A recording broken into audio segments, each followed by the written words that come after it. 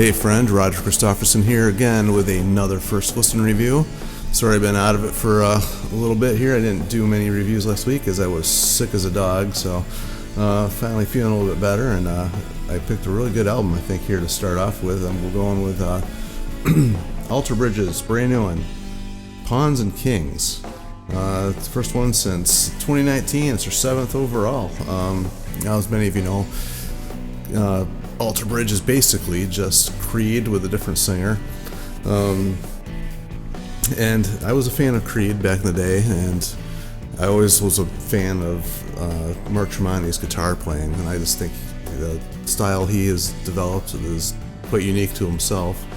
And I was always a little disappointed in what Scott Stapp was able to do with a lot of the songs. I thought he was majority of the songs, I think he was kind of weak with the melodies, and his singing style really never was my favorite. He had that yarl, as a lot of people call it, where you kind of like sing in the back of your throat type thing. Eddie Vedder, kind of was I don't know if he was the first, but he probably the most well known for that style of singing, and he kind of fell into that vein. And I never really was a huge fan of Creed, although I love the guitar playing, I love the music in it. And so when they reformed, I guess, or just went on without Scott, and they got Myles Kennedy on board, I was pretty excited to hear it. Although it's kind of funny, I still think the singing, I may get ripped apart for this one, but I still think the singing is their weakest link in this band. It's kind of funny. Myles Kennedy has a style of singing that's almost like a higher pitched yarl to me, and sometimes it's just like nails on a chalkboard. And I mean, some of the stuff he's done with Slash and the live albums is like really unbearable for me to listen to. And he has this earlier in his career, he had a kind of a really strange vibrato going on.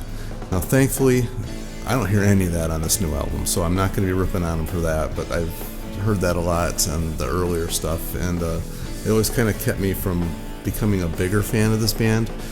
And it's kind of a shame because musically these guys kick butt, and this album is probably the most interesting one I've heard from them, actually.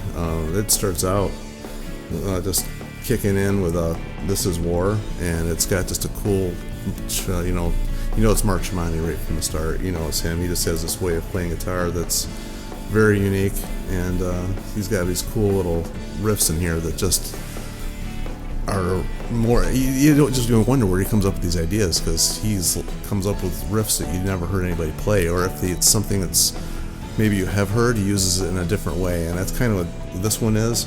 You hear a lot in the gent style music, you hear those like weird slides, and he does that in this song, but it doesn't sound genty at all, which is good because I'm not a huge fan of gent. I like some of the stuff that genre put out, but overall I'm not a huge fan. But it doesn't have the genty feel, but it has those cool, like when they do the drop downs and stuff, it's kind of got that, but without the drop down. It's kind of hard to explain. You have to listen to it. It's a really good song. The next three, Dead Among the Living, Silver Tongue, and Sin After Sin, all good songs. Basically nothing extremely new that I heard that really stood out to me, but still killer songs. And the production on this album is killer. The guys, the rest of the band, Brian Marshall on bass, Scott Phillips on drums, are super tight.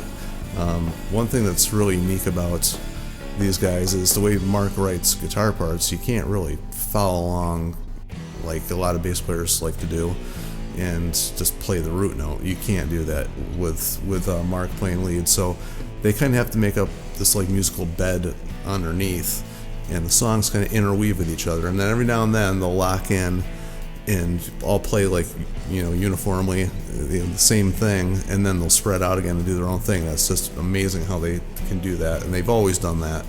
And all those songs do that. The song number 5, Stay, is probably the most straight ahead rock song on this whole album. Although the guitar part in this one, somehow he manages it to like keep a fairly straightforward chord structure with just some weird finger picking thing he does that keeps it really cool. And then in the second verse, he has, like, I call it the edge, the effect where he just plays this cool little thing in the background that you might hear in a lot of U2 albums that the Edge is famous for. A lot of people do that type of thing, but he does it really well on this one. And I just thought it was a killer song. The other bad thing I don't like about Miles is he doesn't seem to come up with extremely strong melodies a lot of the time. I mean, he does, but there's songs where I just always thought he'd come up with better melodies. And the first 4 on this one, he kind of they're good, but there's nothing that just reaches out and grabs you. Almost gets there with this one. I thought this would be like probably a huge hit if that's what they were looking for. Maybe not, but I just thought it could have been a better song if they just could have come up with a stronger vocal melody in the chorus on this one, because he has the ability to sing. I mean, he's got a range. Vocal tone aside, he's got the range. There's background vocals, harmonies all over this album, and he is like dead on. He's dead nuts when he hits those notes and does those harmonies. It's perfect. So, and Mark Tremonti himself is a great singer. If you haven't heard any of the Tremonti albums where he does his own solo stuff, he's a killer singer too. It's got a deeper voice, but he's a killer singer. So I mean, but check out his albums if you're on the same opinion I am, where Miles gets a little bit grating sometimes. Check out his solo albums; they're really good. Holiday. The funny thing about this one, when I first started, I almost got like a early Alice Cooper type feel, although way heavier than anything Alice Cooper's ever done. It's a cool song, and actually the guitar part in that one is also once again the main hook, and I thought it was a cool song. It's the shortest one on the whole thing. That's one thing this album is not lacking in, that song length. Holy cow, these songs are quite long for most of them. Nothing's under 4 minutes except this one, which is 3 minutes and 58 seconds, so it's pretty darn close. Now the next song is probably the only lull. It clocks in 8 minutes and 22 seconds, and why it's that long, I really don't know. It starts out with a cool finger picking thing that he's really gotten really good at. And then it goes into this heavier part, and it changes several times. It does start to build up in the first couple minutes, and then for the next like verse, bridge, chorus, or pre-chorus, whatever you want to call it, it's really doesn't do anything new for quite a while, and it doesn't really do anything exciting until about 5.5 minutes in, where it goes into the solo, and he shreds on the solo, and it's got a cool, unique thing there, and it goes back into the same verse, boring pre-chorus where he's just singing right along with the guitar part. The bass is all playing the exact same thing. I don't know. I just think that's kind of lazy when bands do that. And for a song this long, there was no need to do that 3 times. I don't know. It just really went on too long. It wasn't anything extremely exciting except for maybe the solo, which Mark shreds. There's one thing that I did notice, that he seems to be playing a lot more solos than I remember him playing, but maybe that's just my brain playing tricks on me. But he definitely took a lesson from Kirk Hammett out of his book with the tone, and he several of these sounds like there's a little bit of wah on some of these solos, which is fine, but he definitely has learned how to play some killer leads. I mean, he's a metalhead. If you've ever seen any interviews with him, Mark is quite the metalhead. I remember watching that metal show and having him as a guest on there, and just the knowledge he had was quite impressive, actually. But anyway, that being said, it kicks back in again with Season of Promise, which is also fairly straightforward, but really probably the best vocal melody on the whole album. That one really was cool. I wouldn't be surprised if that came out as a single. I actually don't know what the singles are on this album. The only one I saw was Pawns and Kings previous to this. I wasn't really paying much attention to it before it came out, quite honestly. But that was a really good song. And then Last Man Standing, this one, killer, man. Really, another strong vocal melody, great guitar parts, really interweaving with the bass and drums and everything all over this song. This album is like definitely not front loaded. It's very back heavy. So if you aren't getting into it in the first few songs, it does kick in. Aside from Fable of the Silent Sun, that really kicks in at the end here, and then ends with Pawns and Kings, which is the only song I'd heard previous to this, which sounded great again. I mean, it's quite an epic song. That's another one. It's a little over 6 minutes long.